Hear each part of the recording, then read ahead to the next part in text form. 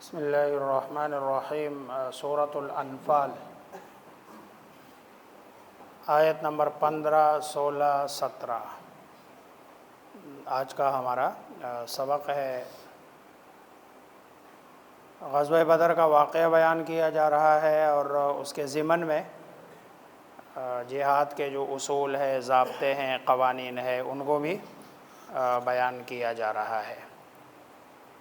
چنانچہ جو پہلی آیت ہے اس میں بزدلی سے منع کیا گیا ہے کہ کوئی بھی مسلمان جب میدان جہاد میں جائے تو پیٹ پھیر کر بھاگے نہ، بزدلی نہ دکھائے۔ اور ویسے بھی جو حربی قوانین ہے دنیا کے بھی، ایک فوجی کے لیے میدان جنگ سے بھاگنا یہ ناقابل معافی جرم ہے۔ پھر ایک مسلمان کے لیے کہ جس نے اللہ تبارک و تعالیٰ کے ساتھ جنت کے بدلے اپنی جان کا سودا کر لیا ہے، ان اللہ اشتری من المؤمنین انفسهم واموالهم بان لهم الجنہ، اس نے سودا کر لیا ہے کہ اللہ کے سامنے میں نے اپنی جان دے دینی ہے اور اللہ نے اس کے بدلے میں مجھے جنت دے دینی ہے۔ یہ جب جاتا ہے میدان جہاد میں تو اس کے لیے تو باقی لوگوں سے بڑھ کر بزدلی والا ایلیمنٹ اس کے بالکل اندر نہیں ہونا چاہیے۔ اور گناہ کبیرہ کی جو لسٹ ہے، ان کبائر گناہ کی لسٹ میں ایک گناہ کبیرہ زنا کے ساتھ، چوری کے ساتھ، جس کو ہم بڑے بڑے گناہ سمجھتے ہیں، ان کے ساتھ یہ بھی التولی یوم الزحف، لڑائی والے دن پیٹ پھیر کر بھاگ جانا، یہ بھی گناہ کبیرہ میں سے شمار کیا ہے۔ تو فرمایا یا ایھا الذین آمنوا، اے ایمان والو، اذا لقیتم، جب تمہاری مڈبھیڑ ہو، جب تمہاری ملاقات ہو، الذین کفروا، ان لوگوں سے جنہوں نے کفر کیا، زحفاً، حالت جنگ میں۔ اچھا، زحف اصل کا معنی اس کا ہے چھوٹے سے بچے کا گھسٹ گھسٹ کر چلنا، اس کو اصل عربی میں زحف کہتے ہیں۔ اور لشکر کو اس لیے کہتے ہیں کہ جب لشکر کسی جگہ لشکر میں لوگ جاتے ہیں نا، تو یہ بھی مطلب ہے کھل کے نہیں چل سکتے ہیں، یہ بھی چھوٹے چھوٹے قدم لے کے آگے بڑھ رہے ہوتے ہیں، کیونکہ بھیڑ بھی ہوتی ہے، سامان بھی ہوتا ہے، اس لیے لشکر کو زحف کا، ورنہ اصل معنی اس کا یہ ہے جیسے چھوٹا بچہ چلنا سیکھ رہا ہوتا ہے تو چھوٹے چھوٹے قدم لے کے آگے چلنا، اس کو عربی میں زحف کہتے ہیں۔ یہاں مراد اس سے حالت جنگ ہے اور لشکر کی حالت ہے۔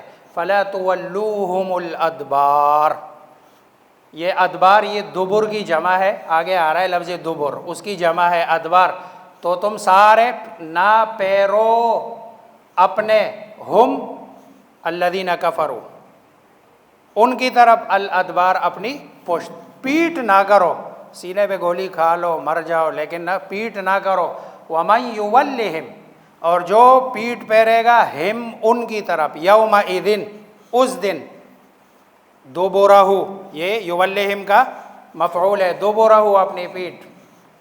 لیکن مستثنیات تو ہے، ظاہری بات ہے، جنگی حکمت عملی بھی کوئی چیز ہے۔ جنگی حکمت عملی کے لیے اگر کوئی آدمی پیچھے جاتا ہے تو اس کی شریعت نے اجازت دی ہے، الا متحرفا لقتال، مگر گات لگانے والا، لقتال، لڑائی کے لیے، یہ پیچھے جاتا ہے اور جا کے دوبارہ جو ہے نا گات لگا کے حملہ کرتا ہے، او متحرف، اصل میں اس کا جو روٹ ہے نا یہ ہا را فا ہے، اور حرف کہتے ہیں کنارے کو، کہ کنارے پہ جا کے دوبارہ جو ہے نا ان پر حملہ آور ہونا، او متحیزن، یا جو ہے نا واپس مل جانے کو۔ یہ جو اس کا روٹ ہے لفظ ہا یا زا، حیز، حیز کہتے ہیں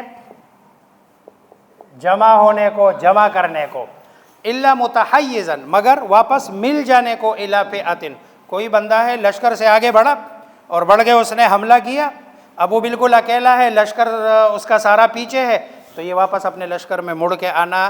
گویا کہ خلاصہ یہی ہے کہ اگر جنگی حکمت عملی ہے اور اس وقت تک جو ہے نا جیسے وہ ایک غزوے میں، غالباً غزوہ یرموک ہے، حضرت عمر رضی اللہ تعالی عنہ وہ جو ساریہ لڑ رہا تھا اور ساریہ اس وقت کمانڈ کر رہا تھا، تو حضرت عمر رضی اللہ تعالی عنہ نے یا ساریہ الجبل، کہ بھائی تم پیچھے ہٹ جاؤ، کدھر؟ یہ پہاڑ کی طرف، جب پہاڑ تمہاری پشت پہ آ جائے گا پیچھے ہٹتے جاؤ ہٹتے جاؤ، جب پہاڑ تمہارے پیچھے ہوگا تو پیچھے تمہارا دشمن آ نہیں سکے گا، پھر تم پلٹ کے کیا کرنا؟ حملہ کرنا۔ اور اسی کو غالباً علامہ اقبال یہی کہتا ہے، جپٹنا پلٹنا، پلٹ کر جپٹنا، لہو گرم رکھنے کا ہے ایک بہانہ۔ تو یہی ہے، اس کی اجازت ہے۔ فقط باء، اگر یہ کام نہیں ہے، بھاگنا اس لیے ہے کہ جان بچانا ہے، بھاگ اس لیے رہا ہے کہ مر نہ جاؤں، فقط باء، تو وہ لوٹ کے چلا گیا بغضب من اللہ، اللہ کی غضب کے ساتھ، ومأواہ جہنم، اور اس کا ٹھکانہ جہنم ہے، وبئس المصیر، اور یہ بہت برا ٹھکانہ ہے۔ فلم تقتلوہم، مجاہد کی نیت یہ ہونی چاہیے کہ وہ یہ سمجھ رہا ہو کہ جو قتل بھی کر رہا ہو، لڑ بھی رہا ہو، تو اللہ تبارک و تعالیٰ کی مدد اور اللہ تبارک و تعالیٰ ذہن میں ہو۔ دیکھو رسول اللہ صلی اللہ علیہ وسلم اور صحابہ کی پاکیزہ جماعت کو اللہ تبارک و تعالیٰ فرما رہے ہیں کہ یہ جو تم نے ان کو مارا، فلم تقتلوہم، یہ تم نے نہیں مارا، ولکن اللہ قتلہم، ان کو مارا کس نے؟ اللہ تبارک و تعالیٰ نے، ورنہ تمہارے پاس تو اسباب کے درجے میں تمہارے پاس کچھ بھی نہیں تھا۔ ہاں، اسباب کے درجے میں اللہ نے تمہیں راستے پہ لگایا کہ بھئی لڑو ان کے ساتھ، لیکن اصل مؤثر حقیقی اور اصل مارنے والی ذات کس کی ہے؟ اللہ تبارک و تعالی۔ اس سے دو فائدے ہوتے ہیں۔ ایک فائدہ تو یہ کہ ایمان والا، اس کی ساری سوچ فکر یہ اللہ تبارک و تعالی کی طرف ہو کہ جو بھی میں کر رہا ہوں یہ سب اللہ تبارک و تعالی کی مدد سے کر رہا ہوں۔ دوسری ایک چیز اور ہے، بسا اوقات ذہن میں آتا ہے نا، ایک انسان ہے 10 15 20 50 60 بندے مار دیے کافروں کے، ذہن میں آتا ہے یار انسان تو تھے نا، مار دیے۔ اللہ فرماتے ہیں تم نے نہیں مارا، یہ میری مخلوق تھی، میں نے مار دیا ان کو۔ یہ انہوں نے بغاوت کی تھی، اللہ کے باغی تھے، اور باغی کی سزا ہر قانون میں کیا ہے؟ قتل ہی ہے۔ باغی کی سزا یہی ہے کہ اس کو صفحہ ہستی سے مٹا دیا جائے۔ فلم تقتلوہم، تم نے نہیں قتل کیا، ولکن اللہ قتلہم، لیکن اللہ تبارک و تعالی نے قتل کیا۔ جیسے بعض لوگوں کا ہے اعتراض کہ رسول اللہ صلی اللہ علیہ وسلم اور صحابہ کرام رضوان اللہ تعالی علیہم اجمعین، مطلب ہے میدان جہاد میں بہت سارے لوگوں کو قتل کرتے تھے۔ اللہ فرماتے ہیں یہ وہ نہیں قتل کرتے تھے، وہ تو سبب کے درجے میں، اللہ تبارک و تعالی نے ان کو سبب کے درجے میں، اصل قتل کرنے والی ذات کس کی ہے؟ اللہ کی، اور اللہ کی چیز تھی، اللہ نے واپس لے لی ہے، لہذا اس پہ کسی کو اعتراض کی ضرورت نہیں ہے۔ وما رمیت اذ رمیت، اور جب پھینکا تم نے، اذ رمیتا جب پھینکا، وما رمیتا اور نہیں پھینکا تو نے، اذ رمیتا جب پھینکا، ولیکن اللہ رما، لیکن اللہ تبارک و تعالی نے پھینکا۔ آپ صلی اللہ علیہ وسلم نے بدر کے موقع پر، اور بعض روایات میں آتا ہے حنین کے موقع پر، آپ صلی اللہ علیہ وسلم نے مٹھی بھر کے وہ کافروں کی طرف پھینک دی، اور وہ مٹی جو آپ نے، ایک مٹھی میں کتنی مٹی آتی ہے؟ 1000 بندے بدر میں، اور حنین میں اس سے بھی زیادہ ہے، تو ایک مٹھی میں کتنی مٹی آتی ہے؟ آپ صلی اللہ علیہ وسلم نے پھینکی ہے، اور ہر کافر کی آنکھ تک پہنچی ہے وہ۔ اب یہ کس نے کیا؟ اللہ فرماتے ہیں وما رمیت اذ رمیت ولکن اللہ رما، یہ اللہ تبارک و تعالی نے ہر بندے کے آنکھوں میں پہنچایا۔ یہ کس نے پہنچایا؟ اللہ تبارک و تعالی نے، اور یہ سارا نظام اللہ تبارک و تعالی اس لیے چلا رہے وَلِيُبْلِيَ الْمُؤْمِنِينَ مِنْهُ، تاکہ اللہ تبارک و تعالی آزمائے ایمان والوں کو، منہ اپنی طرف سے، بلاء حسنہ، اور یہ آزمائش اچھی آزمائش ہے۔ اچھی آزمائش کا کیا مطلب؟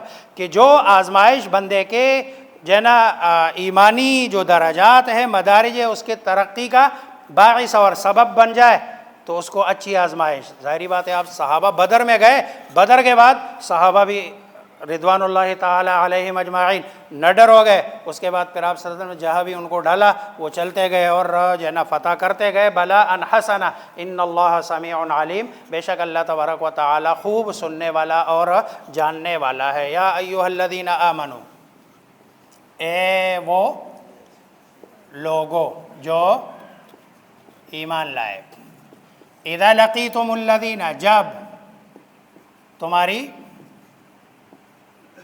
مڑبھیڑ ہو، ملاقات ہو، الذین کفروا، ان لوگوں سے جنہوں نے کفر کیا، زحفاً حالت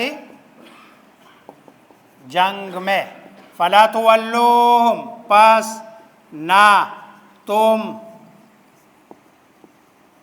پھیرنا، ہم ان کی طرف، الادبار اپنی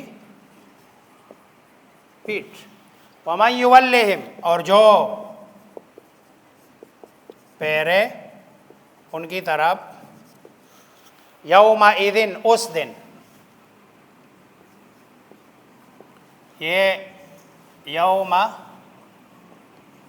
اذ کانا کذا، یہ اصل میں اس کا مخفف ہے، یوم اذ کانا کذا، اس دن جب ہوا یہ اصل لفظ یوم اذ کانا کذا، اس دن جس دن یہ ہوا، اور ہوا کیا؟